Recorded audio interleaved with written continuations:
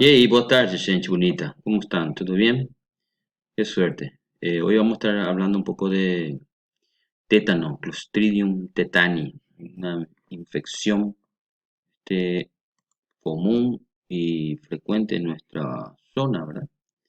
Este, solemos ver asociado sobre todo a ferimentos, a feridas, ¿no? Es una enfermedad aguda, manifiesta sobre todo por espasmo del músculo estriado y disfunción del sistema nervioso autónomo. Lo ocasiona una potente neurotoxina generada por la bacteria, ¿no? Y puede prevenirse por completo si es que uno hace vacunación, ¿verdad? Es muy raro ya en nuestro medio, ya que es muy amplia la vacunación contra el tétano, ¿verdad? Clostridium tetani se encuentra en todo el mundo. En general, el tétano se presenta en zonas donde la tasa de vacunación es bastante baja, ¿verdad? En los países desarrollados, la enfermedad se observa de modo ocasional en personas si es que se hizo una vacunación incompleta, ¿verdad? En cualquier situación, el tétano establecido es una enfermedad grave con una tasa de mortalidad muy alta, ¿verdad? Los signos y síntomas son este, muy evidentes cuando la enfermedad es muy avanzada, ¿verdad? Acá podemos ver imágenes de cuadros, ya se describía desde etapas milenarias, se hablaba sobre el tétano, ¿verdad? Es una enfermedad infecciosa aguda, es prevenible, es causada por el Clostridium tetani, nosotros ya le conocemos al primo hermano, el Clostridium perfringens, sobre todo en las heridas infectadas, ¿verdad? Caracterizado por espasmos musculares que pueden ser localizados o generalizados. Puede complicarse en una falla respiratoria, ya que afecta a los músculos respiratorios como los intercostales y también el diafragma, ¿verdad? Puede ocasionar inestabilidad hemodinámica y hay un aumento del riesgo de embolias pulmonares e infecciones nosocomiales, ¿verdad? Aquí podemos ver en vitro el, el germen, ¿verdad? Con ampliación con microscopio electrónico. El, el factor de virulencia es la tetanospasmina, es una neurotoxina termolábil, bloquea la liberación de neurotransmisores. Estos neurotransmisores son neurotransmisores inhibidores de la contracción muscular, ¿verdad? En consecuencia, esto produce que haya una intensa contractura espasmódica dolorosa, ¿verdad? En regiones del cuerpo, ¿verdad? Sobre todo en los lugares donde hubo la inoculación, el inicio, ¿verdad? Conduce a la mañana a la llamada contracción tetánica, ¿verdad? Esta es la tetanolicina o hemolicina, ¿verdad? Que es termolábil. Es un bacilo anaerobio gram positivo y formador de esporas, las cuales son muy resistentes y pueden sobrevivir mucho tiempo en el ambiente, sobre todo en la tierra, en madera, metal, ¿verdad? Las esporas resisten a ebullición, ojo, si hierve el agua, la espora igual puede sobrevivir ahí, y muchos desinfectantes. Además, las esporas y los bacilos del Clostridium tetani sobreviven en sistemas digestivos de muchos animales y es frecuente el estado de portador fecal, ¿verdad? O sea, en la materia fecal encontramos estas esporas. Las esporas o bacterias entran al organismo a través de lesiones en la piel, heridas, ferimentos, incluso en el proceso de hacer el corte del cordón umbilical también se puede transmitir por ahí, ¿verdad? O en algunas culturas, por ejemplo, hacer la circuncisión con los judíos, por ejemplo, los hebreos. Una vez que se encuentra en un ambiente anaerobio adecuado, las bacterias crecen, se multiplican y liberan la toxina tetánica. Esta es una exotoxina que entra en el sistema nervioso y puede producir la enfermedad, ¿verdad? Se necesitan concentraciones muy bajas de esta toxina, que es muy potente para ocasionar la enfermedad. La dosis humana letal mínima es de 2,5 nanogramos por kilogramo. El 20 a 30% de estos casos de tétano no se identifica una herida de una puerta de entrada, ¿verdad? Las abrasiones superficiales en las extremidades son sitios de infección más frecuentes en los adultos. Las infecciones más profundas atribuidas a fracturas, abortos, ¿verdad? O inyección de drogas, muy frecuente en países del primer mundo, inducen a cuadros muy graves y de muy mal pronóstico. En los recién nacidos, la infección del muñón umbilical puede ser consecuencia de la atención inadecuada al cordón umbilical, falta de limpieza, falta de antisépticos, uso de antisépticos, ¿verdad? O condiciones poco higiénicas del parto. En algunas culturas el cordón se corta con pasto o se aplica estiércol de algún animal en el muñón. Puede ser causa del tétano, ¿verdad? La circuncisión o la perforación de orejas también puede ocasionar tétanos neonatal. En algunas culturas, por ejemplo, se utiliza la uña del dedo para hacer la circuncisión, ¿verdad? Entonces eso con poca higiene puede ser el foco de entrada de la enfermedad. Esta toxina es bastante neurotóxica, actúa a nivel de las neuronas inhibidoras de la médula espinal y del tronco cerebral. Bloquea la liberación de neurotransmisores en la sinapsis inhibitoria y en la aparición de la parálisis espástica. Se suele ver en personas mayores de 60 años, ¿verdad? Tiene mucho riesgo, ¿verdad? Sobre todo por el mayor riesgo del trastorno, porque las concentraciones de los anticuerpos disminuyen a medida que uno se vuelve viejo, ¿verdad?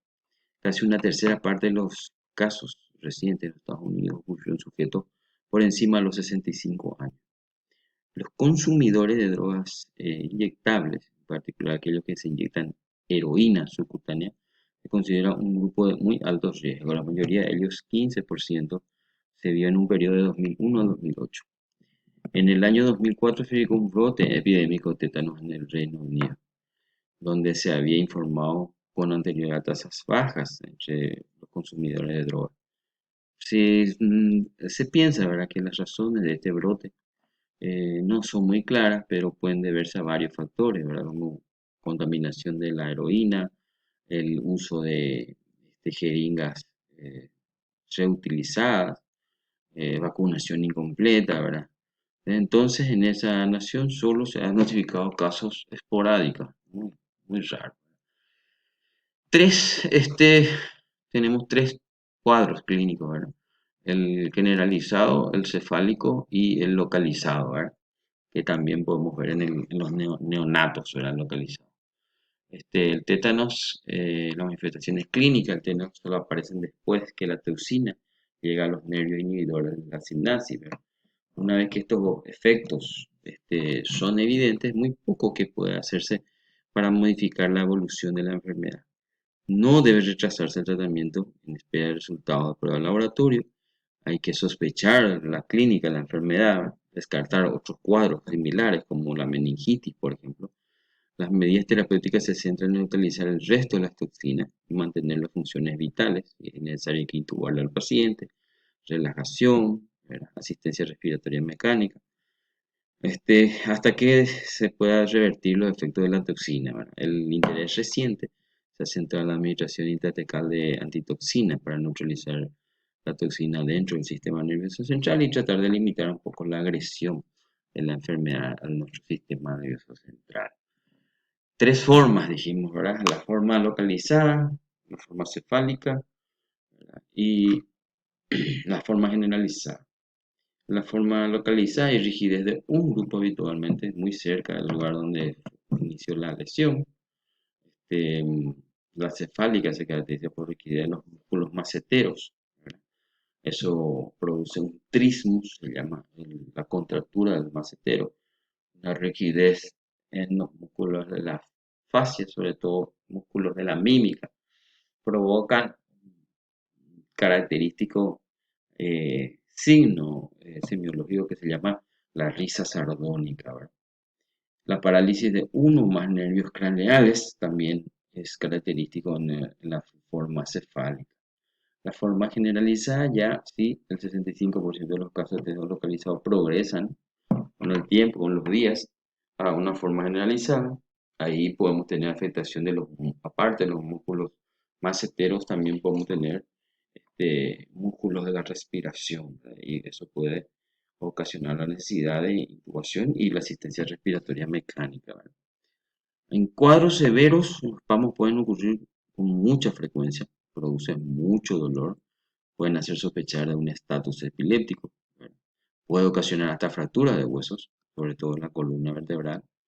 Los espasmos pueden inducir daño muscular, pueden terminar produciendo rhabdomiólisis y esto puede llevar a una falla renal o una necrosis tubular aguda a consecuencia de liberación de sustancias en sangre, ¿verdad? Los espasmos pueden ser desencadenados por estímulos táctiles, olfativos, visuales e incluso durante el sueño, ¿verdad? De acuerdo a las manifestaciones clínicas, la severidad puede clasificarse en leve, moderado y severo, ¿verdad? Leve son, incluyen espasmos generalizados que no interfieren con la respiración, provocan dolor. El moderado ya está comprometido ya los inspiratorios y expiratorios. Ya hay una necesidad probablemente de asistencia respiratoria. Y el severo existe un compromiso de muy importante y una gran difusión autonómica, ¿verdad?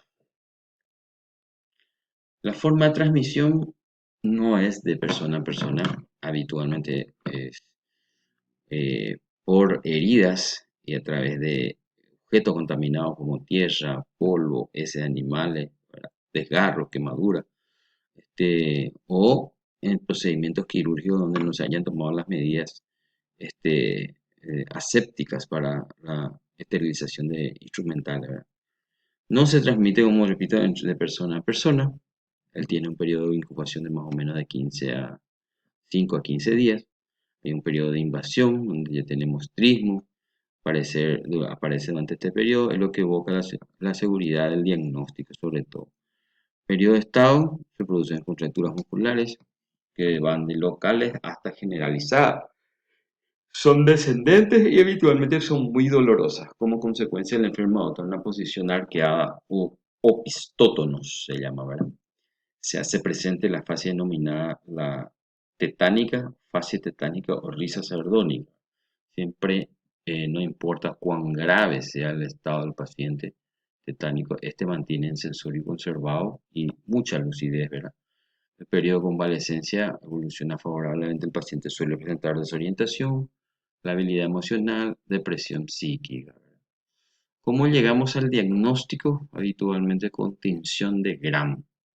Se puede hacer cultivo también, pero se tiene que esperar un poco más para llegar a eso, ¿verdad? No es posible detectar la toxina muchas veces, ¿verdad? El diagnóstico del tétano se basa en las manifestaciones clínicas como se indicó. El tratamiento no debe retrasarse mientras se realizan los estudios de laboratorio.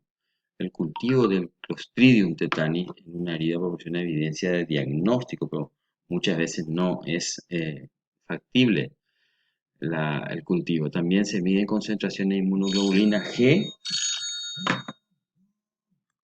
La PCR ayuda en la detección de la toxina tetánica, pero se desconoce si hay una buena sensibilidad.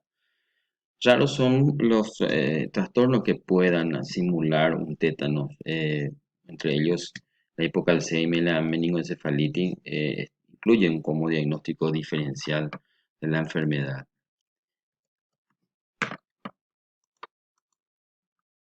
Tratamiento habitualmente son medidas de soporte básico, ¿verdad?